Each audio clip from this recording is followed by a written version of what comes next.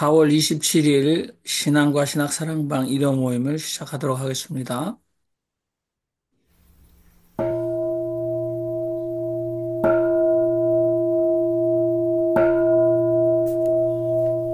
하나님 하나님 나의 하나님 주님을 찾는 마음 내가 탑니다. 온 땅이 주를 찾아 목이 마르고 몸도 맘도 주님이 그립습니다. 주님을 배우려고 성소에 와서 주의 걷는 그 영광을 바라봅니다. 생명보다 소중한 주님의 사랑, 내 입술로 영광의 주 찬양합니다. 한국 천주교회 200주년 기념 신약성서 마테오복음 9장. 그리고 예수께서는 배에 올라 호수를 건너 당신의 고을로 가셨다. 그런데 마침 사람들이 중풍병자를 침대에 누인 채 예수께 데리고 왔다. 그러자 예수께서는 그들의 믿음을 보시고 중풍병자에게 힘내시오 아들이여 그대의 죄는 용서받았소 하고 말씀하셨다. 그런데 마침 율사 몇 사람이 그들 속으로 이 사람이 하느님을 모독하는구나 하고 말했다. 예수께서는 그들의 속셈을 아시고 이렇게 말씀하셨다. 어찌하여 당신들의 마음속에 악한 속셈을 품습니까? 사실 어느 편이 더 쉽겠습니까? 그대의 죄는 용서받았다 하고 말하는 것이겠습니까? 혹은 일어나 걸어가라 하고 말하는 것이겠습니까? 인자가 땅에서 죄를 용서하는 권한을 가지고 있음을 당신들이 알도록 하겠습니다. 이어서 그분은 중풍병자에게 말씀하셨다. 일어나 그대의 침대를 들고 집으로 가시오. 그러자 그는 일어나 자기 집으로 물러갔다. 군중들이 이것을 보고 두려워하며 사람들에게 이런 권한을 주신 하나님을 찬양하였다. 그리고 예수께서는 거기서 떠나 거리를 지나가시다가 마테오라 하는 사람이 세관에 앉아있는 것을 보시고 그에게 나를 따르시오 하고 말씀하셨다. 그러자 그는 일어나 예수를 따랐다. 예수께서 그 집에서 음식을 드시게 되었는데 마침 많은 세리들과 죄인들이 와서 예수와 그분 제자들과 함께 상을 받았다. 그런데 바리사이들이 보고 그분 제자들에게 어찌하여 당신네 선생은 세리들과 죄인들과 어울려 음식을 먹습니까? 하였다. 그분은 이 말을 들으시고 말씀하셨다. 의사는 건장한 사람들에게는 필요한 것이 아니라 앓는 사람들에게 필요합니다. 여러분은 가서 내가 원하는 것은 자비이지 제사가 아니다 하신 말씀이 무슨 뜻인가를 배우시오. 사실 나는 의인들을 부르러 온 것이 아니라 죄인들을 부르러 왔습니다. 그때 요한의 제자들이 예수께 다가와서 말하기를 저희와 바리사이들은 자주 단식하는데 어찌하여 당신의 제자들은 단식하지 않습니까? 하였다. 그러자 예수께서 이렇게 말씀하셨다. 혼인잔치 손님들이 신랑이 함께 있는 동안 슬퍼할 수 있겠습니까? 그러나 그들이 신랑을 빼앗길 날이 올 것입니다. 그러면 그때에 그들도 단식할 것입니다. 아무도 생배 조각을 헌옷에 대고 깁지 않습니다. 사실 그 헝겊이 옷을 당겨 더 형편없이 찢어집니다. 사람들은 새 포도주를 헌 가죽 부대에 넣지 않습니다. 그렇게 하면 그 가죽 부대가 터져서 포도주는 쏟아지고 가죽 부대도 못 쓰게 됩니다. 그러므로 새 포도주는 새 가죽 부대에 넣는 법입니다. 그래야 둘 다 보존됩니다. 예수께서 그들에게 이 말씀을 하고 계실 때에 마침 회당의 지도자 한 사람이 와서 예수께 절하며 제 딸이 방금 죽었습니다. 그러나 오셔서 그 위에 당신 손을 얹어주시면 그는 살 것입니다. 하고 말씀드렸다. 그래서 예수께서는 당신 제자들과 함께 일어나 그를 따라갔다.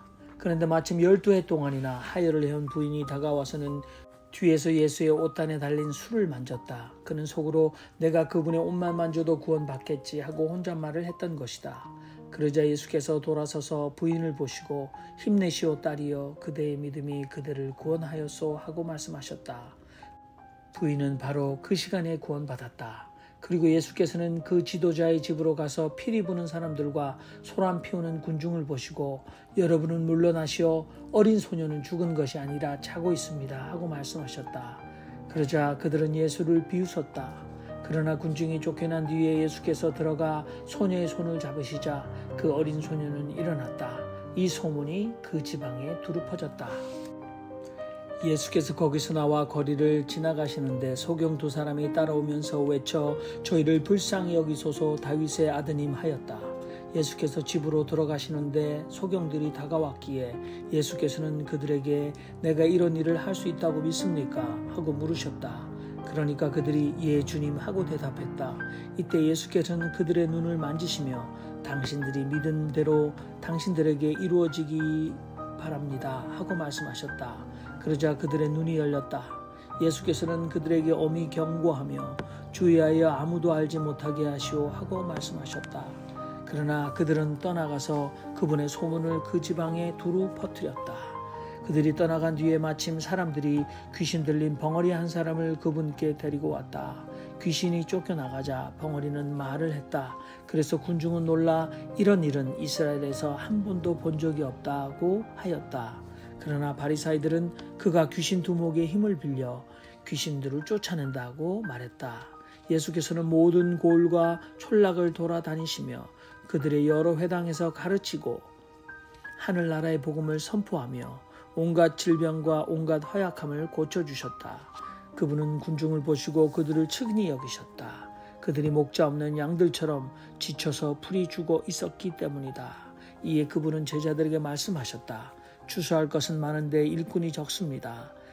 그러니 여러분은 추수 주인에게 빌어 그의 추수밭에 일꾼들을 보내시라고 하시오. 오늘 마태복음 9장 긴 말씀이었네요. 중풍병자를 낫게 하시다. 마테오를 부르시고 세리들과 함께 음식을 드시다. 단식 논쟁 그리고 새 것과 헌 것. 야이로의 딸을 되살리시고 하여라는 부인을 낫게 하시다. 소경 두 사람을 낫게 하시다. 벙어리를 낫게 하시다. 그리고 마지막으로 추수할 것이 많은데 일꾼이 적다라고 단락을 지을 수 있는 말씀입니다. 여러분 편안하게 마이크를 켜시고 토론하시면 좋을 것 같습니다. 우선 이제 이 성경 이제 9장을 읽으면 이게 마가복음 2장과 거의 똑같은 얘기인데 대부분 에, 전혀 신앙이 없는 사람들의 입장에서 그냥 볼 때는 황당무계한 이야기 예?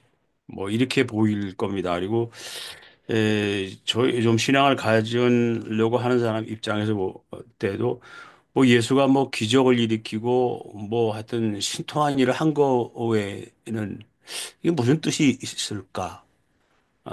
배우 더 깊은 뜻이 무엇이 있을까? 어, 이제 그런 질문을 가질 수 있겠죠. 저는 이제 후자의 입장이죠. 예수가 뭐 신통한 일을 했다는 거, 그거야 뭐 어떤 종교든지 새롭게 시작하는 데는 꼭 그런 게 따르니까 뭐 그건 별 의미를 두지 않아도 될 것 같고요. 그래서 전체적으로 보면은 기존의 체제와 교리를 전복하는 그런 모습이 보입니다. 어떤 면에 의해서 혁명적인 모습이라고도 할 수 있죠. 처음에 그 중풍병자를 고친 얘기를 보면은 어느 것이 더 쉽냐고 예수께서 물으셨잖아요. 내 죄를 용서했다는 거와 일어나 걸어가라. 그 일어나 걸어가라는 게 훨씬 쉽죠. 그런데 예수는 일부러 내 죄를 용서했다라고 얘기를 하셨어요. 왜 그랬을까 하는 생각을 해봤습니다. 그러니까 여기 전반적으로 그 당시 사람들에게는 이 죄의 문제가 가장 큰 문제였어요. 그러니까 이 죄 사함이라고, 그래서 죄 사함이라고 하는 것은 통과 의례로 뭐 결혼식 안 하고도 결혼 생활하는데 지장 없잖아요. 또 장례식 안 치르고도 죽는데 지장 없잖아요. 그럼에도 불구하고 꼭 통과 의례, 결혼식, 뭐 장례식 꼭 필요하고 안 하면 안 되는 것처럼 이 당시 사람들에게도 어떤 살아가는데 지장이 없어도 죄라고 하는 것에 인간들을 묶어놓고 인간은 다 죄인이다. 뭐 그냥 하나님 앞에 용서받아야 되고 뭐 이런 것들이 사회 팽배되어 있었거든요. 근데 그런 그 그리고 이제 그 죄 문제를 놓고 거기에 뭐 이제 종교라는 그 이제 틀이 이제 꽉 씌워져 있는 거죠. 죄를 사해주는 방법의 통로로서 저는 예수는 그것을 해지해 주시는 것이 아닌가 그런 생각을 했습니다. 그래서 죄를 사함 받았다 그런 얘기를 거듭하신 게 아닌가 저는 그런 생각이 들었습니다. 환자들 아니면은 환자를 데리고 온 사람들의 믿음이라고 하고 말을 쓰기가 싫은데요. 그분들의 마음속이 무엇인가? 예수가 치유를 하기 전에 반드시 확인한 것이 상대방이 무엇을 원하고 있는지, 정말 낫고 싶은 건지, 아니면은 바리사이파 사람들 같이 예수를 시험하려고 하는 것인지, 굉장히 저는 이 부분에 우리가 신중하게 예수가 대하고 있는 것, 그거를 봐야 하지 않겠는가, 그렇게 생각합니다. 죄 네. 사함의 문제 잠깐 짚고 넘어갔으면 합니다. 죄를 용서하는 것은, 죄를 용서받는 것은 제사장이 나의 죄를 대신해서 어, 그 피를 흘림으로써 그리고 피를 제단에 뿌리고 그 네 뿔에 그 피를 바름으로써 죄를 용서받는 그런 거죠. 근데 예수님은 내 죄가 용서받았다 하고 말씀으로 이거를 대치하고 있습니다. 그러니까 제사 대신에 말씀으로 제사 대신에 말씀으로 대치하고 있다고 하는 것을 놓쳐서는 안 될 것 같고요. 그래서 이제 제사의 시대가 끝나고 말씀의 시대가 어, 시작되었다. 물론 세례를 통해서 죄를 용서받을 수도 있지만 사함을 받을 수 있지만 그 세례 못지않게 예수님의 그 말씀으로 용서받는 시대가 열렸다. 그 점을 꼭 기억했으면 하는 생각입니다. 이상입니다. 마태를 부르시는 장면이죠. 근데 이거는 마가복음 2장 13절에서 17절 긴 부분인데 그대로 가지고 왔습니다. 그래서 우리가 전통적으로 이게 마태에 따르는 복음, 그래서 마태복음이라는 제목이 후대에 지어졌는데 이 마태복음을 쓴 저자가 만일에 그냥 굉장히 단순하게 마태라고 한다면 어떻게 자기가 예수님을 만나 예수님의 제자로 예수님을 따르게 되는 이야기를 그대로 다른 사람이 쓴 것을 그대로 가져왔겠는가. 예, 그 뭐 굉장히 기본적인 생각인데 저는 늘 성경을 읽을 때 최소한 세 번의 층이 있는 거는 우리가 조금 생각해 보아야 된다. 첫 번째는 역사적 예수가 다닐 때 실제로 사람들을 만나고 자신의 입에서 나온 말씀 또는 행적들이 있을 수 있고요. 두 번째는 이렇게 후대의 공동체가 그 일을 기억하고 또 그것을 기억하는 사람들이 구전으로 말로 했던 것을 이제 글로 기록하던 단계 그리고 그것을 어, 기록하고 있었던 역사적 상황을 반드시 기억해야 될 거다. 그리고 세 번째는 오늘 우리가 마태복음을 다시 읽고 있는 상황. 그래서 이 정도는 조금 구분하고 우리가 말을 하는 것이 뭐 정확한 해석을 하는 것보다는 어,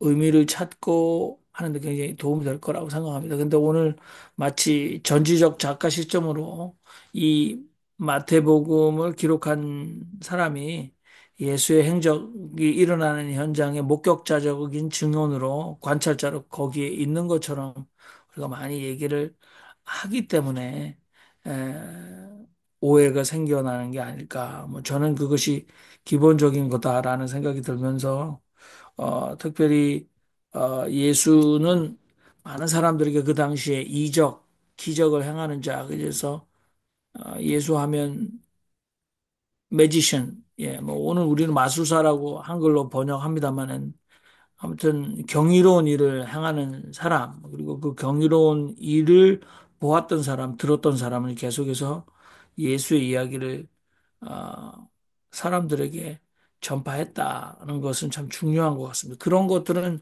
아무리 세 가지 층이 있다고 해도 부인할 수 없는 거라고 저는 생각이 됩니다.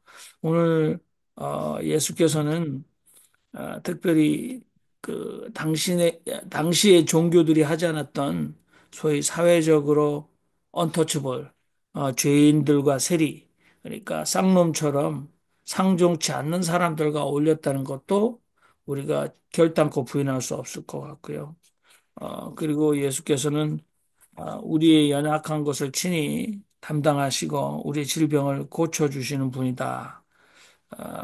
그것이 당시 예수라는 분은 어떤 사람인가라고 했을 때 사람들의 마음속에 구약에 기록된 대로 그는 우리의 연약함을 친히 담당하시고 우리의 질고를 아는 그래서 그것을 일으켜 주시는 분이다.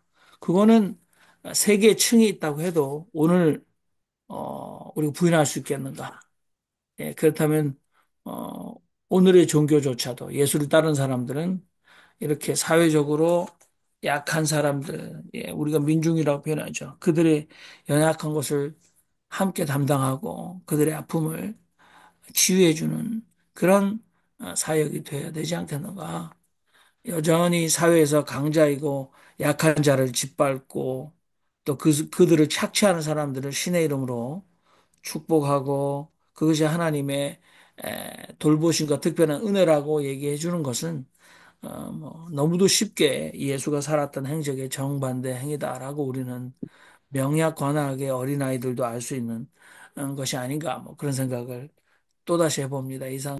마태복음 9장을 굉장히 좋아하고 항상 이렇게 그 묵상하는데 이 예수님께서 그 9장 35절에 이제 3대 사역, 예수님의 3대 사역 이제 나오거든요. 여기 가르치시며 teaching, 천국 복음을 전파하시며 preaching, 모든 병과 약한 것을 고치시니라. healing, healing. 그러니까 이제 저는 이렇게 그 목사로서 티칭과 프리칭과 힐링 이제 이쪽에 관심을 가지고 지금까지 살아왔는데 이제 티칭, 스터딩 우리 청소년들하고 이제 매주 토요일 날 오후에 모여서 책 읽고 뭐 성경 읽고 서로 토의하고 공부하고 지금 10년째 이렇게 계속하고 있는데요. 이 청년들이 얼마나 잘 자라는지 지금은 어느 정도냐면 이제 우리는 뭘 책이나 성경을 읽고 이제 영어로 에세이를 써서 이제 우리 그룹에 업로드를 하는데 지금은 어느 정도냐면 이렇게 쭉 공부를 하고 내가 오늘 에세이 제목을 뭐로 얘기할 것 같아? 에세이 제목 10년 나하고 같이 살았는데 내가 무슨 에세이 제목을 오늘 그 낼 것 같아?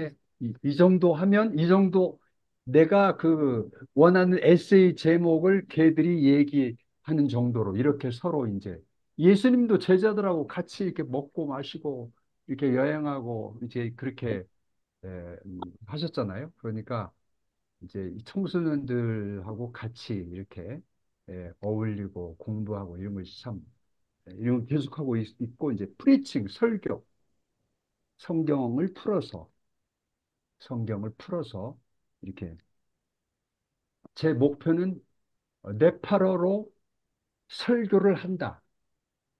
네팔어로 시를 쓴다. 이런 목표를 가지고 이 네팔어를 열심히 공부했어요. 그래서 이제 네팔어로 이렇게 설교를 제가 하는데 그 성경을 풀어서 이렇게 설교하는 정도. 그러니까 뭐 다른 그런 그 네팔어를 뭐 이렇게 네팔 현지인들처럼 잘 못하니까 성경 풀어주면 굉장히 좋아하더라고요. 이제 그렇게 설교를 하고 있고, 그다음에 힐링.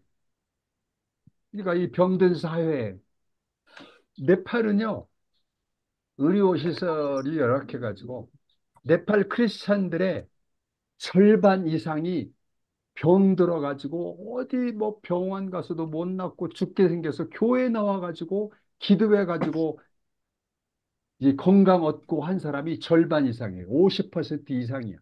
그러니까 성령이 역사에서 치유의 역사가 나타나. 의료가 돼 있으면 그런 게 잘 안 나타나는데 네팔은 그런 귀신이 쫓겨나가고 병든 자 고침받고 이 예배 후에 이렇게 기도해달라고 목사님한테 나오고 이제 그런 것이 있는 그렇게 성령이 역사하고 그러니까 이 티칭, 프리칭, 힐링, 상담과 병든 사회 이걸 어떻게 개인적인 치유만이 아니라 이 사회, 국가를 하나님의 나라, 정의와 평화, 생명이 이렇게 잘 조화를 이루고 건강한 그 하나님의 나라를 만들 것인가. 이제 이런 쪽에 관심을 가지고 이렇게 하고 있어요. 그러니까 이 숫자가 문제가 아니라 이 하나님의 나라를 이루려는 이 하나님의 나라 이런 그 정신이 없으면 여의도 순복음교회 80만이 무슨 의미가 있어요? 하나님의 나라를 향해 나아가는 몇 사람이 더 중요하다. 저는 그렇게 생각을 합니다. 역시 예수님은 회개의 그 세계를 말씀을 하시는데 오늘은 거기 디스플레이를 요한복음 9장은 그 어떤 회개를 해야 되는가 기존의 그런 천국이 아니고 그런 프레임이 아니고 그 새로운 거를 예수님이 다 보여주시는 것 같습니다. 새로운 구원, 새로운 천국, 그 회개하라. 우리의 생각을 다 바꾸도록 전시장 같이 이렇게 천국을 보여주는 것 같습니다. 우리도 이런 이제 그를 점검하고 의문을 가지고 또 조사도 하고 또 어떤 것은 우리가 항의도 하고 반기도 드는 이런 걸 가지고 기존의 생각을 바꾸는 것이 참 좋아 보이는 그런 말씀이고요. 구구절절이 맞는 말씀이고 좋은 말씀이어 가지고 이거는 제사법이 아니고 의식법이 아니고 그저 재밌게 사는 건강해야 되는 건강법이고 이제 재미법 같은 생활법이다. 그런 생각도 들고요.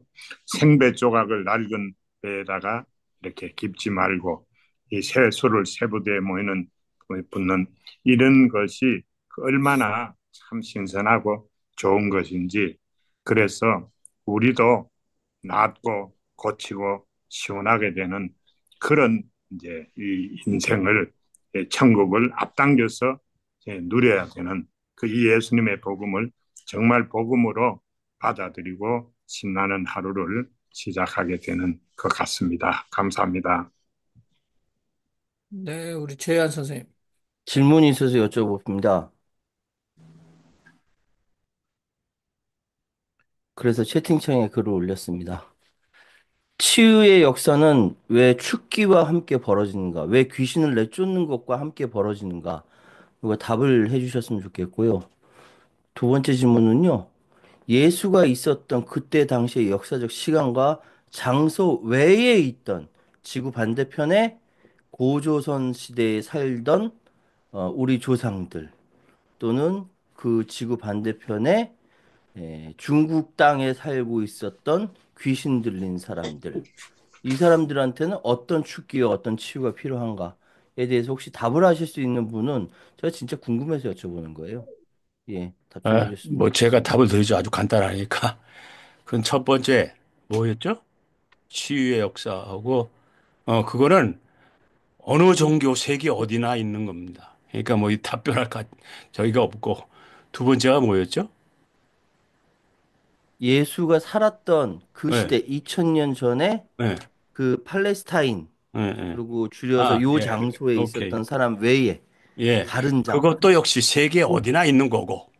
그러니까 뭐 얘기할 건덕지가 전혀 없고, 이건 다 그러면요. 예. 유대인들의 예. 얘기니까. 그렇죠.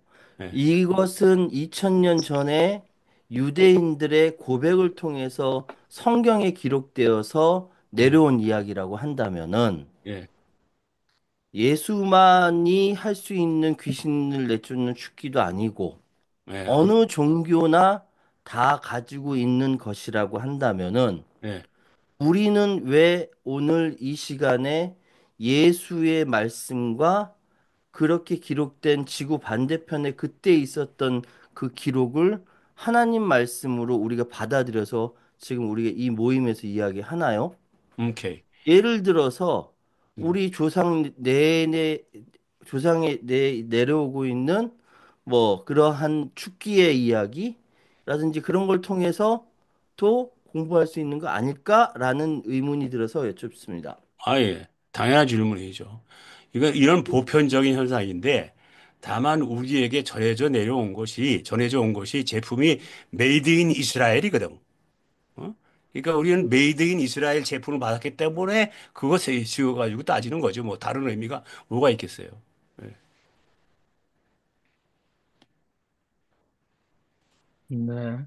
메이드 인 이스라엘이지만은 대단히 우리에게 실제로 필요한 것이고 대단히 마크로한 것이 아니고 미크로한 거죠. 실제로 이걸 우리도 겪는 이 실제 문제를 말씀하고 있는 거죠. 멀리서 이야기하지만 아주 우리의 현실 가까운 문제를 예수님이 구원하시는 이것은 아주 대단한 복이라고 이걸 보는 것은 축복이라고 생각이 됩니다. 근데 아프면은 병원 가야 되고 아프면 약국 가서 약 먹지 않아요? 앉아서 저는 예수님한테 기도만 네. 합니까? 아니잖아요. 저는 이제 그 특별한 성령의 사역 이렇게 자꾸 이렇게 여기서도 이제 귀신의 왕의 힘을 빌어서 저렇게 이적이나 마술을 행한다라고 했지만 그 그냥 우리가 이렇게 의식의 개혁이 일어나고 보니까 이 의료 의학이 발달돼서 우리가 보지 못했던 것들을 보게 되고 그것이 바이러스나 아니면 세균에 의한 현상이다. 라고 해서 약을 주는 것 자체도 성령과 무관하지 않다고 인정하고 있는 거 아닙니까? 그러니까 그래서 오늘날 당연히 그런 치유법을 이용하여서 사소한 예전에는 목숨을 앗아갔던 질병이었지만 우리는 항생제로 대처해서 그렇게 하는 것은 역사적 예수가 나에게 와서 내 믿음이 너를 구원했다라고 말씀하지 않으셔도 우리가 성령과 하나님의 은혜로 의식개혁이 일어나고 의료가 발달된 혜택을 위해서 내가 스스로 결정하고 병원에 가서 항생제를 받아서 먹고 사소한 내 몸의 염증을 치료하는 것은 그건 현대의학에 대한 나의 믿음 같아요. 근데 지금 오늘 우리 최요한 선생님 시사평론가인데 오늘 시대 정신을 잃지 못하고 마치 귀신이 들린 것처럼 이 우리의 생각을 곡해하고 한국 사회에서 정말 이게 서울대나 아산병원에 가도 이게 진단이 안 나오는 집단적 병리 질병 현상에 사로잡힌 사람들이 많지 않습니까? 어떻게 치유해야 될까? 그 고민은 깊어집니다. 예수라면 그런 인간들을 좀 오늘 질문 1과 2가 엮여져 있지만 오늘 2025년 한국 남한 상황에서 저는 이게 교회의 많은 목사들이 구원을 얘기하고 국가가 나갈 방향이 이거다라고 얘기하지만 저는 정말 저 사람들이 귀신 들리지 않았다면 어떻게 저 입에서 저런 얘기를 계속하고 있는가 그런 고민이 깊어집니다. 저는. 네, 저는 예수님이 하나님이시니까 예수님의 3대 사역이, 물론 티칭이 첫 번째고 가리키시는 거, 그 다음에 죄를 사하여 주시는 거, 그 다음에 병을 고치시는 거라고 생각합니다.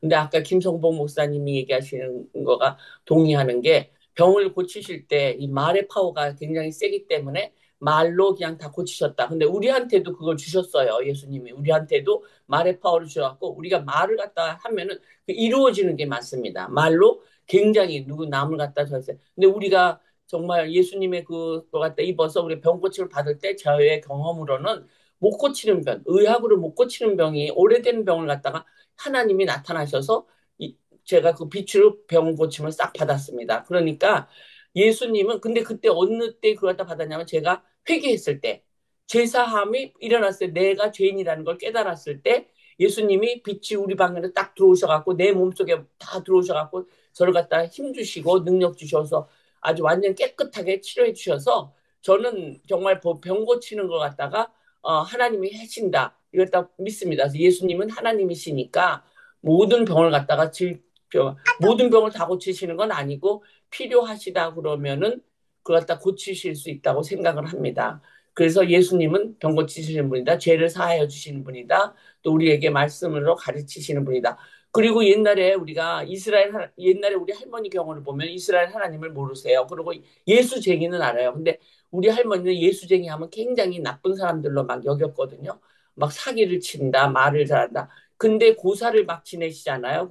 그때 그분은 근데 하늘이라 그래요. 하나님을 하늘이시다. 그러면서도 하나님은 한 분이시기 때문에 하나님이시다. 그래갖고 고사를 지내면서 모든 생사화복을 갖다가 매번 기도하시는 거예요. 병마를 없애게 해달라. 모든 나쁜 일이 없게 해달라. 굳은 일이 없게 해달라. 그래서 그때도 하나님한테 다 해서 하나님이 예수님이 없는 곳에서도 안 계신 곳에서도 다 역사하시고 계셨다고 생각합니다. 네, 감사합니다. 최현 선생님께서 하신 말씀을 좀 제가 적절한 이해가 될는지 모르겠지만 말씀드리고 싶은 것이 하나 있습니다. 뭐냐면 배재대학교 교수님이신가 그 어,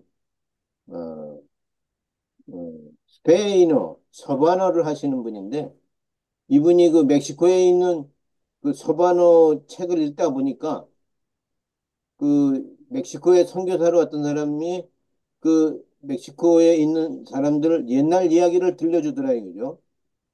근데 그 중에 그 지도자가 이름이 뭐냐면 다 아느니예요. 다 아느니. 무슨 뜻이에요? 다 아느니. 모든 걸 다 알고 있는 지도자, 우리가 지도자를 얘기할 때 하는 얘기죠.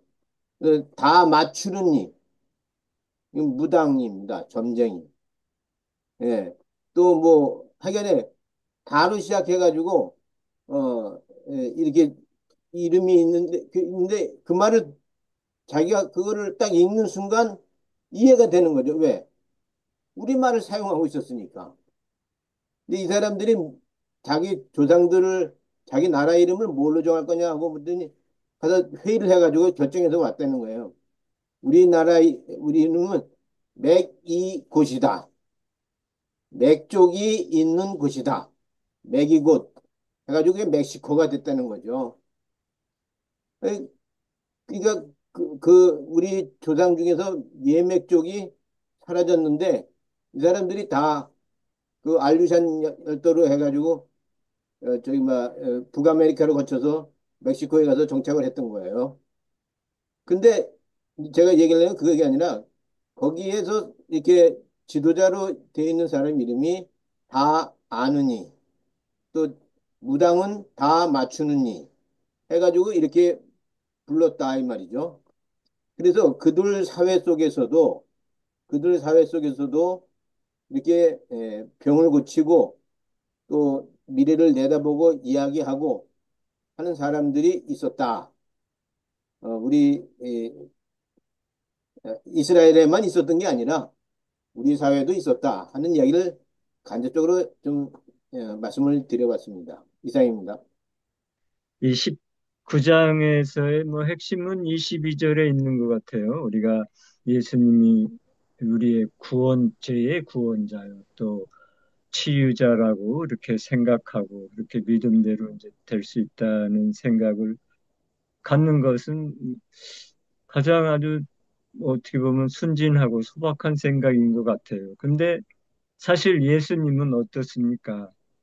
내가 누구를 구원하고 내가 누구를 치유한 게 아니라 내 믿음이 너를 구원하고 내 믿음이 너를 치유했다는 아주 핵심적인 얘기를 합니다. 그렇지만은 자기가 죄를 지었다고 하는 사람은 자기가 어떻게 자기의 믿음으로 죄가 사해지고 또 아픈 사람은 어떻게 내가 능력도 없는데 어떻게 내가 믿음으로 치유됐는가를 미처 생각을 못하는 거죠. 예수님은 아주 이 핵심적인 얘기를 했습니다. 여러 말이 필요 없이 내 믿음이 너를 구원했고 내 믿음이 너를 낫게 한 것을 네가 확실히 생각하면 된다라는 아주 귀한 말씀을 해주셨죠. 아멘. 그래서 이슬람에서는 그 아픈 사람이 있으면 이렇게 이야기를 합니다. 샤파카 알라 해가지고 신이 너를 치유해 주기를 그렇, 그렇게 기원을 하는 거예요. 그러니까 내 안에 하나님이 예수님이 대표적이잖아요. 내가 말하는 게 아니라 내 안에 아버지가 계셔서 내가 말을 한다는 건 아닙니까? 그러니까 우리도 그러한 생각을 갖고 있으면은 물론 여러 가지 영향을 받아서 이제 낳고 구원, 저기 제사함도 받았다고 그렇게 느끼지만은 실질적으로는 내 안에 깊이 계시는 하나님에 의해서 나아지는 것이 아닌가. 이렇게 생각하면 더 좋지 않을까라는 생각을 해봤습니다. 감사합니다. 조수 목사님이 겸손하게 말씀하시는데, 현지인보다도 더 말씀을 잘하고, 감동 있게, 그다음에 현지인들하고 소통을 아주 잘하시더라고요. 네팔어를 완벽하게 하셔요. 그리고 네팔이나 저기 인도 달릿들, 불가촉 천민들 가면 약도 없고, 병원도 없고, 정말 아무것도 없기 때문에, 그게 교회 가보면 오직 하나님만 의지하는 그런 믿음이 있어서 기도하면 막 병이 낫고 막 그냥 막 넘어지고 막 그러더라고요. 그러니까 우리 신뢰라는 거, 그 플라시보 효과잖아요. 물을 줘도 권위 있는 명의가 물을 그냥 맹물을 줘도 병이 낫는 약 효과가 있는 플라시보 효과 있잖아요. 이게 믿음하고 관계가 되지 않나. 우리는 이제 지식도, 그다음 학교 교육도 수준이 높고 병원도 있고 우리는 그러니까 하나님에 대한 신뢰가 약해진 거 의심이 많기 때문에 우리 사회에서는 잘 일어나지 않지만은 이렇게 병원도 없고 정말 아무것도 없는 데는 기적이 막 일어나는 거를 볼 수 있어요. 그거는 이제 그런 믿음의 효과 아닌가. 예수님도 믿음에 의해서 그런다고 그러지 다른 기적이 아니라 그 사람의 신뢰, 예수님에 대한 신뢰 그런 것 때문에 일어나는 현상 아닌가 저는 생각이 듭니다. 네, 좋습니다. 마무리하겠습니다. 뭐, 최요한 선생님에 대한 의문에 대한 답변도 아니고, 우리 모두가 공감해야 할 제가 새기고 있는 이야기가 하나가 있는데 길지 않습니다. 그 사도행전에 나오는 많은 초기 그 예루살렘 신앙 공동체에서 일어났던 뭐 성전 미문의 안진뱅이라든지 사도들의 그 옷자락만 만져도 병이 나았다는 기록들이 많이 있는데 이제 신학자들은 거기에 내려왔던 그 방언 현상, 다 세술에 취한 듯 이게 이제 일회적이고 단회적이다. 그게 성령 강림의 강력한 가시적 증거였다. 그리고 이제는 닫혀서 그런 그 외국어로 말을 하는 그런 방언은 없다. 혀꼬부라진 소리 이렇게 하면서 이제 신학적으로 이미 단속을 해버리고 이 신학적 교리를 만들어 놓고는 더 이상 제한을 한 거죠. 그런데 아프리카에 선교사가 갔을 때 어느 신앙을 갖게 된 사람의 아들이 그 어린 아이가 고열에 시달려서 지금 너무 심한 고열로 그 열을 떨어뜨리지 않으면 이제 죽게 생긴 거죠. 그런데 병원은 너무나 멀고 또 어떻게 이렇게 차가운 차가운 물을 받은 욕조로 들어가거나 뭐 얼음이 있거나 선풍기가 에어컨이 이렇게 해서 아이의 그 체온을 떨어뜨릴 방법이 도무지 없는 거죠. 근데 그 선교사가 불려가서 이 아이가 죽어간다고 울부짖었을 때 그가 할 수 있는 일은 기도였다는 거죠. 하나님 불쌍히 여겨 달라고. 그런데 기적이 일어나는 게 아니라 뭐 기적이라고 하시는데 갑자기 먹구름이 와서 에, 이 비가 내리듯 하던 날씨가 갑자기 되더니 하늘에서 우박이 떨어졌다는 거예요. 근데 그걸 모아서 아예 체온을 그걸 모아서 떨어뜨렸다는 이야기를 들었어요. 저는 보지. 그러면 한가롭게 신학자들이 그런 기적은 요즘에 일어나지 않고 병원에 가고 항생제를 먹고 해열제를 먹으면 낫는다라는 소리는 너무나 옳은 개소리죠. 그런 소리는 그 선교 현장에 통하지 않고 그 선교사는 죽어가는 아이 앞에 신의 도움을 요청할 수밖에 없었고 자연 현상으로 떨어진 우박이 그걸 주워서 아이의 뭐 아이가 그거 없이도 온도가 체온이 떨어질 수도 있었겠지만 그것을 주워다가 이 올라가는 아이의 체온을 떨어뜨려서 아이를 생존케 했다라는 거는 오늘날 새롭게 기록되는 신앙의 기적이라고 믿게 되는 공동체에게 어떻게 신학자들이 함부로 그런 일은 두 번 다시 일어나지 않는다고 대못을 받을 수 있겠습니까? 라는 생각이 저도 좀 들었습니다. 이 생명 다하도록 주 찬양하고 내 손들어 주의 이름 찬양합니다. 좋은 음식 먹은 듯이 흡족하오니 기쁜 입술 내 주님을 찬양합니다. 누워서도 밤새도록 주님 생각뿐 오른팔로 감싸시는 든든한 사랑 날 위해 펼치시는 주님의 날개 즐거워라 그 사랑을 노래합니다. 다성님 말씀, 허공의 공상은 장엄합니다. 이 우주는 허공을 나타낸 것입니다. 이 만물이 전부 동원되어서 겨우 허공의 존재를 드러내고 있습니다. 우리가 꽃을 볼 때 보통 꽃 테두리 안에 꽃만 보지 꽃 테두리 거친 허공에는 눈길조차 주지 않습니다. 꽃을 있게 하는 것은 허공입니다. 우리가 붓끝 같은 물체만 보고 허공을 못 보다니 제가 좀팽이 같은 것이라서 물체밖에 못 봅니다. 우리가 말하는 절대자 하느님이나 무한대의 허공이나 마음속의 어른 왔다 갔다 났다 죽었다 하는 상대적 존재가 아니라는 것을 이 사람은 인정합니다. 저는 오늘 다성님 말씀이 글이 아니라 아주 뜻으로 다가옵니다. 이렇게 단순히 글로 느껴지는 게 아니라 이것이 뜻으로 다가오는 것은 몇 번 없는 일인데 오늘 이 말씀은 저한테 그러한 느낌을 줍니다.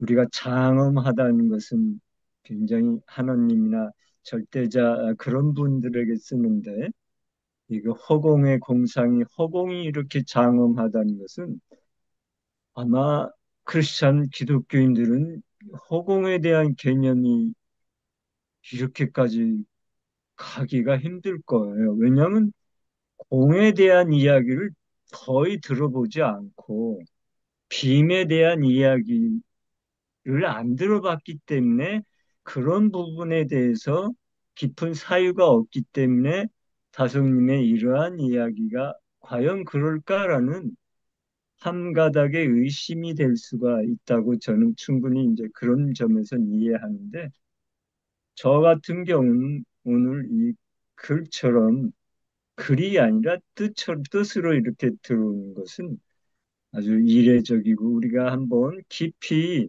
정말 그런 다성님은 왜 허공을 그렇게 절대자 하나님처럼 왜 그러한 생각을 하셨을까? 성령으로 거듭나신 그래서 가운찌기 성령을 만난 그 순간을 가운찌기 하시면서 사신 분인데 왜 갑자기 허공을 또 허공하면 불교네요. 과연 우리가 기독교인이 이거를 정말 절대자 하나님이 허공이라는 느낌을 가질 수 있을까? 그런 이제 의구심도 나면서 또한 이렇게 소개시켜 드려서 또한 아주 기쁜 생각이 듭니다. 그러면은 이제 꽃의 얘기는 이제 너무 많이 나온 거예요. 가섭존자와 부처님과 가섭존자의 이야기는 부처님이 꽃을 드니까 가섭존자가 이제 미소를 지었다는 거 아닙니까?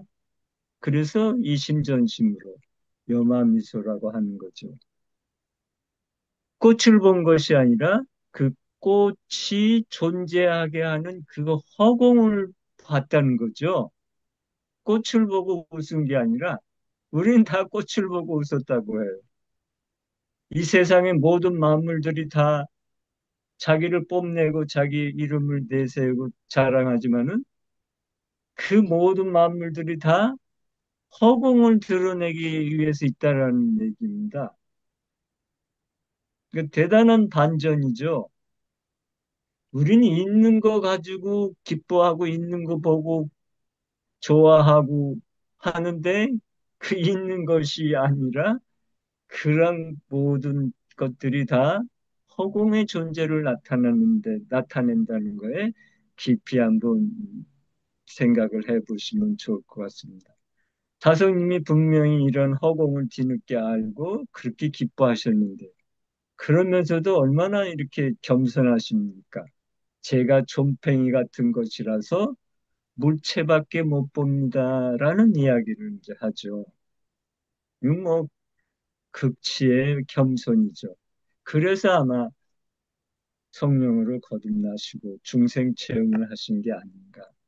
그래서 이제 마지막에는 이제 절대자 하나님이나 무한대 허공이나 또 우리가 다성님이 가장 많이 쓰는 이거는 다 같이 예, 불생불사하는 거다.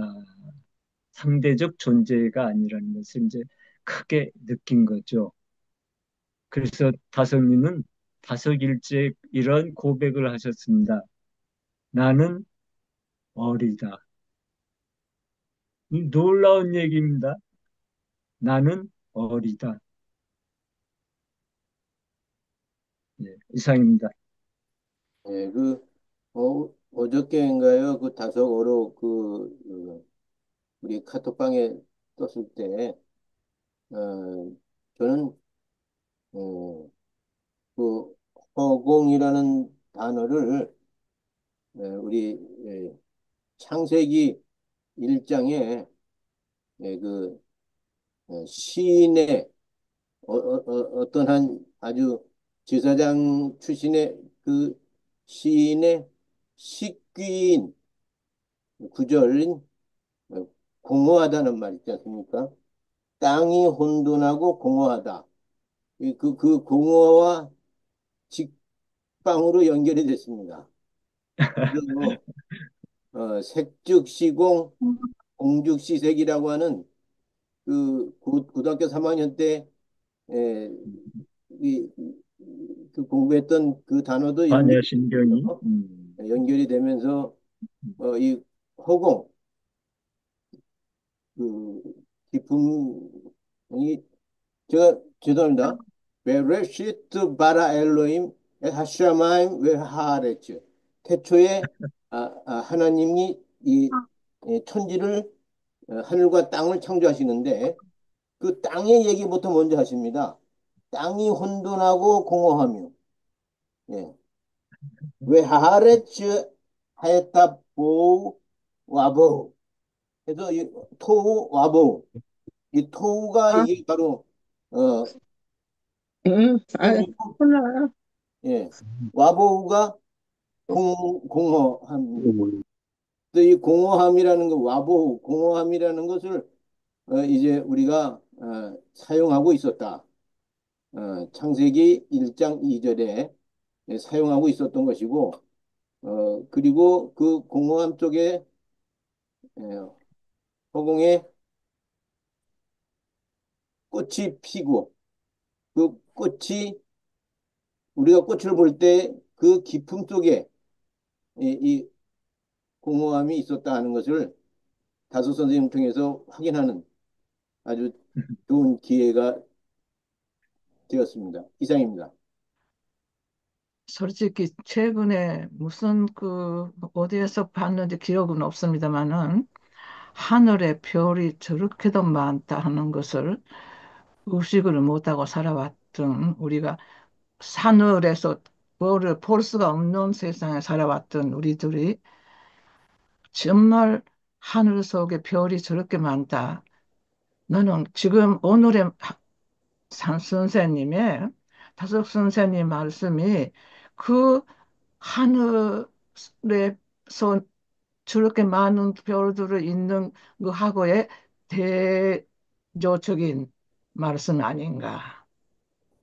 정말 피워줘야 하는데 저렇게 많은 사람, 인간이 다 올려놓는 것인지는 그거 모르겠습니다. 어쨌든 너무나 많은 하늘이 가득 찼어요. 그러면은 이미 하나님이 정말로 허공 속에 계셔야 한다면은 우리 너무 했습니다. 이거 제 오늘의 묘상입니다.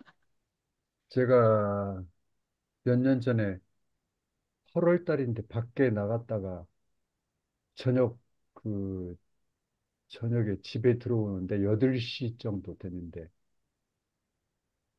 비가 이제 여기는 스콜이니까 쭉 뿌리고 딱 했는데 밤 8시에 하늘을 보는데요. 노란 별이 하늘에 가득 차서 틈이 하나도 없어요. 깨를 뿌려 놔서 검정 틈이 하나도 없다니까. 전부 별이 하늘에 그냥 가득 차 있어요. 원래 하늘이 그런 거예요. 근데 우리는 못 보는 거지. 원래 그렇게 우주에 하늘 별이 가득 차 있어요. 별이. 그러니까 하나님이 가득 차 있는 거야.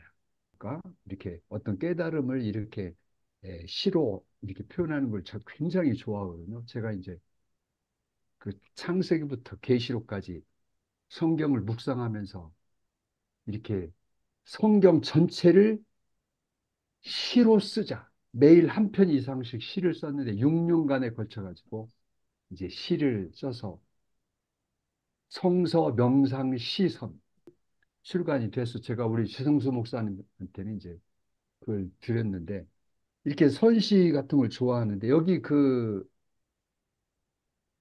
만물이 전부 동원되어 허공의 존재를 드러낸다. 이야, 이게 우리는 물체만 보는데 물체. 아, 저 여자 이쁘네. 저기 저 집 잘 졌네. 이 물체만 보는데 물체 밖에 허공은 못 봐요. 허공. 물체 밖에. 물체만 보고 있어. 정영민 목사님, 멋있네. 이것만 본다니까. 허공은 못 보고, 정영민 목사님 뒤에 있는 허공 하나님을 봐야 되는데, 사람만 보고 있어, 이게. 그 꽃이라는 것을 우리 다석 선생님이 말씀하셨는데 꽃이라는 것은 수만 가지의 그 화합물이 이루어져 가지고 만든 게 꽃 아니에요. 그 꽃은 수만 가지의 그 화합물 중에서 분자가 아마 몇억 개가 되겠죠. 그 분자는 그 아마 수십 개의 그 원자로서 이루어지고 원자는 그러니까 양성자와 전자 그다음에 중성자로 이루어졌고, 중성자는 또한 그 수많은 쿼크의 존재. 그래가지고 꽃이 하나를 이루어질 때는 아마 그러니까 사람 머리로서 헤아릴 수 없는 그 쿼크로서 이루어진 거인 것 같아요. 그거를 이제 다석 선생님은 그렇게 표현을 했고, 그 이외의 허공이라는 것은 참 우리가 밤에 그 여름에 날씨 좋은 날 보면은 은하수가 보이잖아요. 그게 우리의 은하예요. 근데 우리의 은하는 약 4천억 개의 스타, 그러니까 빛나는 별이 이루어졌는데, 빛나지 않은 행성, 그러니까 지구 같은 별은 얼마나 많을지, 대부분이 곱하기 20개 정도로 이루어졌다고 얘기하더라고요. 그런데 그 은하가 우리 우주에는 4천억 개의 그 별로 이루어진 그 은하보다 더 큰 것은, 그러니까 우리 은하는 비교적 작은 편에 속하는 우주 속에 있는 은하라고 하는데, 이 우주 속에는 약 8천억 개에서 1조 2천억 개의 은하가 이루어졌다고 하더라고요. 그거는 이제 그 이번에 그 새로 발사된 망원경, 갑자기 이름이 생각이 안 나는데, 그 망원경으로 제임스 웹이요. 예, 제임스 제임스 웹. 웹 망원경으로 그거를 이루어졌다고 하는데, 그러한 거대한 신비를 우리의 다석 선생님은 이러한 그 쉽게 얘기해서 선시 같은 이런 글로서 우리에게 이해를 시킨 것 같아요.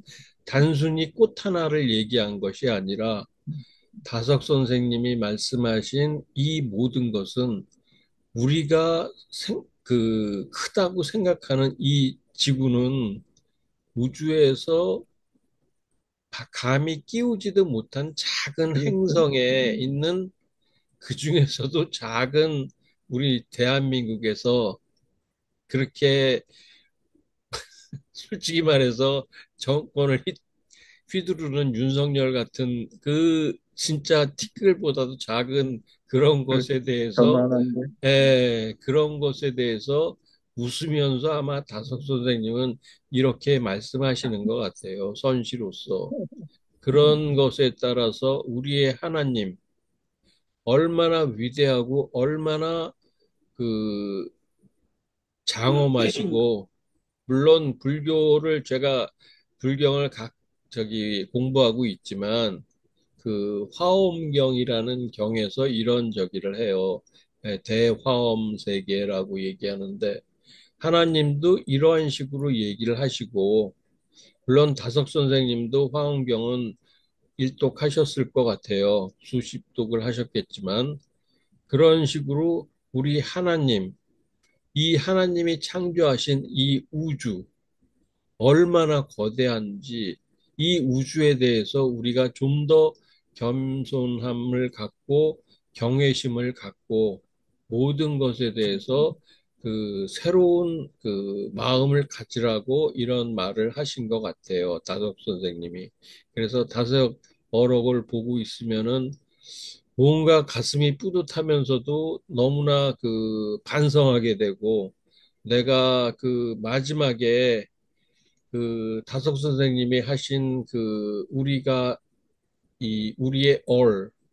우리의 영혼이라는 것은 얼마나 왔다 갔다 하면서 그 다음에 또 다른 생으로 다시 태어날지, 불교에서 얘기하는 전생이 될지 아니면은 연옥에 있는, 아니면 천당에 있는 영이 될지, 그런 식으로 이분은 그 모든 것을 포괄하는 그런 식으로 말씀하신 게 아닌가 그런 생각이 듭니다. 감사합니다. 그러니까 창세기도 그렇고 오늘 마태복음 9장도 그렇고 굉장히 일관성이 있고 같은 이야기를 해서 너무 참 재미있기도 하고 유익 해석하기도 합니다. 그 창세기에서 허공과 흑암과 혼돈 속에 역사하는 그 하나님의 영, 하나님이 거기다가 그 이제 역사하는 그런 하나님의 그 운동장이 돼 가지고 거기 꽃을 심어가는 그런 이야기를 이렇게 창세기에서 했는데 오늘은 그 예수님도 이제 이렇게 말씀하시고 아적 선생님도 같은 말씀을 하시는데 그 허공에 꽃을 심는 그러한 세계를 이렇게 같이 연관시켜서 말하고 허공을 볼 것이 아니라 허공에 역사하는 하나님의 그러한 사역, 하나님의 일을 보는 것이 좋다. 근데 오늘 그 참 희한한 거는 마태복음 9장도 사람의 질병이 그러니까 이 허공이 이, 가득하게 충만하게 되고 흑암이 이 빛이 들어오고 혼돈이 질서 정연하게 되는 것인데 그 예수님이 질병을 고쳐 주신다는 것도 예수님의 회개는 창세기로 돌아가자, 창조 현장으로 돌아가자. 그 질병이라는 것이 실제로 아웃 오브 오더 아닙니까? 병이 났다는 것이 질서를 벗어나서 난 건데 예수님이 다시 그런 에덴을 회복하는 이런 이야기를 하시는데 다석 선생님도 그 호응의 역사하는 그 꽃의 그 이야기, 그 하나님의 역사를 보는 이것이 너무 좋아서 아마 우리도 우리 오늘날의 크리스찬도 태초로 돌아가는 아까 그 김성부 목사님이 브레시트 그런 사실 우리가 태초에 돌아가면은 원래 우리 본향, 우리의 고향으로 돌아가면은 우리의 모든 문제가 다시 이 광명과 질서와 기쁨과 이런 것이 저절로 회복되지 않은 사람의 이 생각으로 사람의 기술로 되지 않은 문제가 해결될 거다. 이런 생각을 해보게 됩니다. 감사합니다. 네, 저는 오늘 그 제가 제목을 허공의 공상이라고 했는데 이게 생각하는 상은 아니잖아요. 그러니까 비어 있음, 텅 비어 있음의 얼굴 뭐 이렇게 느껴질 수도 있겠죠. 근데 저는 다석 선생님의 이 일지를 들으면서 읽으면서 저는 이제 이현주 목사님이 그 책에다가 온 세상에 아주 미세한 모든 소리도 다 존재케 한 가장 큰 소리는 침묵이다 이렇게 말씀하신 거, 그렇게 하셨죠. 그래서 저는 늘 떠올라요. 예, 봄날에 아주 작은 청개구리 하나가 샘물에 뛰어들 때 퐁당하는 소리도 존재케 하는 것은 침묵이다. 이렇게 얘기했는데 그게 저는 공으로 그게 이제 공이라고 되는 거죠. 모든 것을 존재케 하는 허공. 근데 서양의 신학자들도 사실은 생각이 그 사람들이 토끼도 아니고 사람이니까 우리랑 비슷한 생각을 했습니다. 그래서 그 사람들도 자기 나름대로 emptifying God이라고 표현을 했죠. 그런 깨달음이 그들에게도 있었다라는 걸 저도 이제 확인을 해보는데, 꽃 얘기하니까 제가 가진 공식 같은 기준이 있어요. 어떤 사람이 꽃을 그리면, 그거는 한자로 표현하면 경치를 그리고 있는 거다. 경치다라고 해야 돼. 근데 우리가 조선의 천재 화가 장승업이 술에 취해서 이 그림을 그렸다고 하잖아요. 근데 꽃의 아름다움을 그리면 그것은 경치가 아니라 흥취라고 얘기한다는 거죠. 물론 그게 말장난일 수 있습니다. 근데 마지막 단계 꽃의 아름다움을 그리는 게 아니라 꽃의 아름다우심을 그리는 표현하는. 근데 이제 이거는 내재 신론적인 생각이죠. 꽃의 아름다우심 누가 그렇게 꽃의 아름다우심 그러니까 아마 꽃의 아름다우심을 그리는 분은 꽃 뒤에 있는 허공을 아마 간파한 분이겠죠. 그래서 그것은 감치다. 그래서 경치와 흥치와 감치로 구분이 된다. 수많은 화가들이 있지만 오늘 저는 모든 작은 세미한 소리도 그 소리가 들리게 서양 사람들은 make your voice heard 이렇게 해서 네 소리도 제 소리가 나게 해라. 너 그렇게 억압당해서 이틀막 당하지 말고 그 사람들이 정의를 실현하는 방법 중 굉장히 중요한 이슈가 네 사정도 알려 이렇게 얘기하는 거거든요. 근데 그러한 억눌린 소리들이 다 존재케 하는 것은 신의 장엄한 침묵이다. 그 다음에 Emptifying God. 그래서 다석 선생님의 눈에는 경치와 흥치를 뛰어넘어서 감치의 세계에서 이 텅 빔의 얼굴. 그래서 그것을 허공의 공상은 장엄합니다라고 표현하지 않으셨을까 뭐 그런 생각이 듭니다. 네, 아, 여기는요. 동감합니다. 음. 네, 양보. 제가 양자역학한 사람 얘기를 갖다가 들어보니까요. 우리가 사람이 왜 옛날 책 보면은 두 죽은 사람을 얘기할 때 별이 됐다고 또 얘기를 하잖아요. 근데 그게 사실일 수가 있다는 거예요. 사람이 그 불멸이 안 된대요, 육체가. 그러니까는 다 그 갖다가 이제 화장을 해서 해도 그게 어딘가 땅으로 가든가 수장을 하든가 다 어디로 가잖아요. 근데 그 원소가 안 없어진대요. 그게 날아가서 별로 될 수도 있는 거예요. 그 많은 사람들이 죽은 게. 그러니까 별도 되고 또 어떻게 식물의 또 재료가 될 수도 있고 어디 또 동물의 밥이 돼도 또 나와서 또 어디 또 있고. 근데 그 원소 자체가 절대로 안 없어져 가지고 그 지구상의 그 많은 사람들의 다 그거 있다는 거예요. 그래서 제가 저때 이제 그 맨하탄에 교회를 가면은 그 교회에 그 무덤이 쫙 있어요. 그 트리니티 교회 갔더니 거기 무덤이 굉장히 많은데 그걸 갖다 그 얘기를 듣고 거기서 들어갔는데 거기서 전부 다 무슨 뭐 100년 전에 1700년대부터 죽은 사람들 거가 계속 있는데 그 사람들이 실제로 죽은 것도 묻은 것도 있고 화장해서 묻은 것도 있는데 거기 죽어서도 그렇게 한 곳에 이렇게 묻혀 있으면 저게 안 좋을 것 같아. 보니까 죽어서도 그 화장된 거를 여러 군데다가 좀 나눠주는 것도 좋을 것 같다는 생각이 들었어요. 네, 제가 잠깐 얘기할게요. 저는 윤종수 목사님 얘기를 듣고 하나 생각난 것이 있어요. 그 뭐냐면 저는 한 50년 전에 그 월남전 시절에 윤 목사님하고 비슷한 환경에 있었거든요. 그러니까 그 이제 월남에서는 중대별로 이렇게 있었어요. 중대 기지가 있어가지고 그에는 이렇게 육로로는 안 되고 어떤 산 아주 높진 않지만 그래도 산 꼭대기에 이렇게 기지를 만들어 놨어요. 이게 헬기로만 돼요. 헬기로 모든 걸 운반해주고 이제 저기 뭐 작전 나갈 때도 헬기로 가고 그래야 되는데 그런 데 있었거든요. 불은 하나도 없죠. 밤에도 불 안 켜죠. 불 켜면 공격받으니까. 그런데 몇 달 있었는데 그런 별이 많이 보였을 거 아니에요. 근데 한 번도 별을 볼 기억이 없어. 그걸 뭐냐면 왜 별이 없었겠어요? 처음부터 별이었겠지. 예? 근데 내가 그 별이구나 하고 그런 거 느끼고 그런 거 인식을 못했던 거예요. 지금 생각하니까. 예? 그 창세기 시인, 창세기 시인, 그 1장 2절에 이 땅이 혼돈하고 그다음에 공허하며 그래서 땅 얘기를 했지 않습니까? 그 다음에 나온 게 뭐냐면요.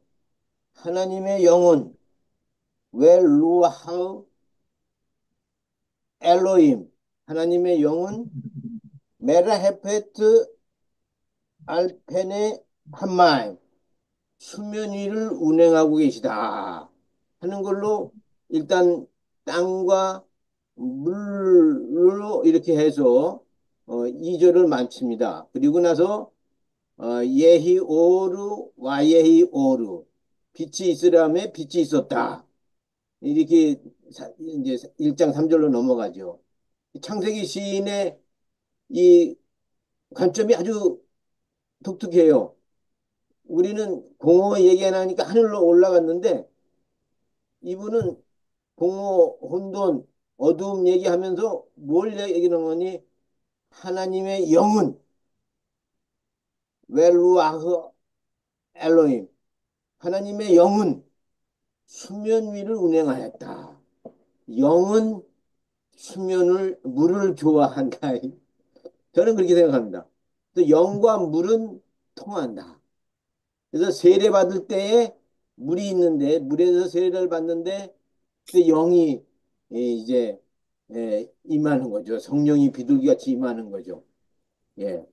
그리고 또 배에서 생수의 강이 흘러나올 것이다. 요한복음에 있는 건데 그 배에서 생수의 강이 흘러나오는 것 역시 서로 일맥상통하는 거예요. 영적으로 단전 호흡을 하는 사람들이 이게 생수의 강을 이제 에, 거닐고 있는 것이다. 그래서 어쨌든 물은 하나님의 영과 통한다 하는 것까지 오늘 좀 이해가 되었으면 좋겠습니다. 감사합니다. 네. 저는 도시에서 태어나서 도시에서 자라서 지금도 도시에서 살고 있고 하늘을 올려다 보면 까맣게만 보이고 별이 잘 안 보여요. 별 볼 일 없었네. 그런데 아, 제가 학생 운동을 하다가 군대를 늦게 갔어요. 25살에 갔어요. 그 해 25살 제 생일날 겨울인데 2시간 새벽 2시에 보초를 나갔는데 4시까지 별이네. 이렇게 보초를 쓰는데 25개의 별똥별을 봤습니다. 제 생일이라고 하느님이 별똥별을 2시간 동안 25개를 떨어뜨려 주시는 거예요. 제가 속으로 누구한테도 얘기하지 않고 아멘 했습니다. 20여 년 전에 제 처랑 결혼을 했는데 2002년도에 결혼했는데 입천년도. 어, 제가 결혼하자고 하니까 그때 노량진에서 잘 나가던 국어 강사였거든요.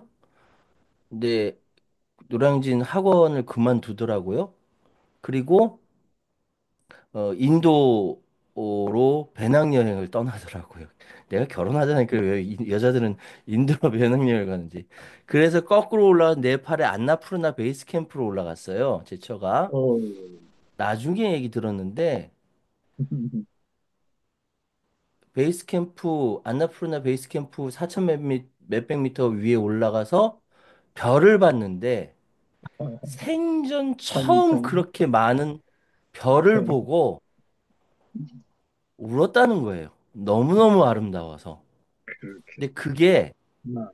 무슨 의미인지 저는 도시에서 태어나고 도시에서 자라서 그게 무슨 말인지 몰랐는데 지금 오늘 말씀 보니까 임 어, 목사님 얘기 들어보니까. 허공을 보고 허공 음, 속에 별을 봤는데 사실 허공 속에 하느님을 봤다라는 생각이 들고요. 음, 그래서 감사하다는 생각 들고 또 우리 다섯 선생님이 역시 벌직이에요. 표현을 하셔도 꽃을 이야기하십니다. 여러 가지로 오늘 말씀이 저한테 의미가 있습니다. 감사합니다. 예, 다석 선생님이 허공을 절대계라고 보고 절대계는 하나님이다. 이렇게 등치를 시켰다는 것이 놀라워요. 그 놀랍죠. 누구도 허공을 하나님 절대계라고 말하지 않는데 다석 선생님만은 절대계이고 하나님이다. 아, 어떻게 그런 말을 했을까? 하나님은 인격적인 신이고 초월적인 존재라고 믿는 이 한국 기독교 신앙에서 그것과 전혀 다른 허공의 하나님이다. 절대계다. 이렇게 선언할 수 있었다는 것은 아주 독특하고 다석 선생님의 해안 아닐까 저는 그렇게 생각합니다. 초월과 내재의 조화를 생각하지 않습니까?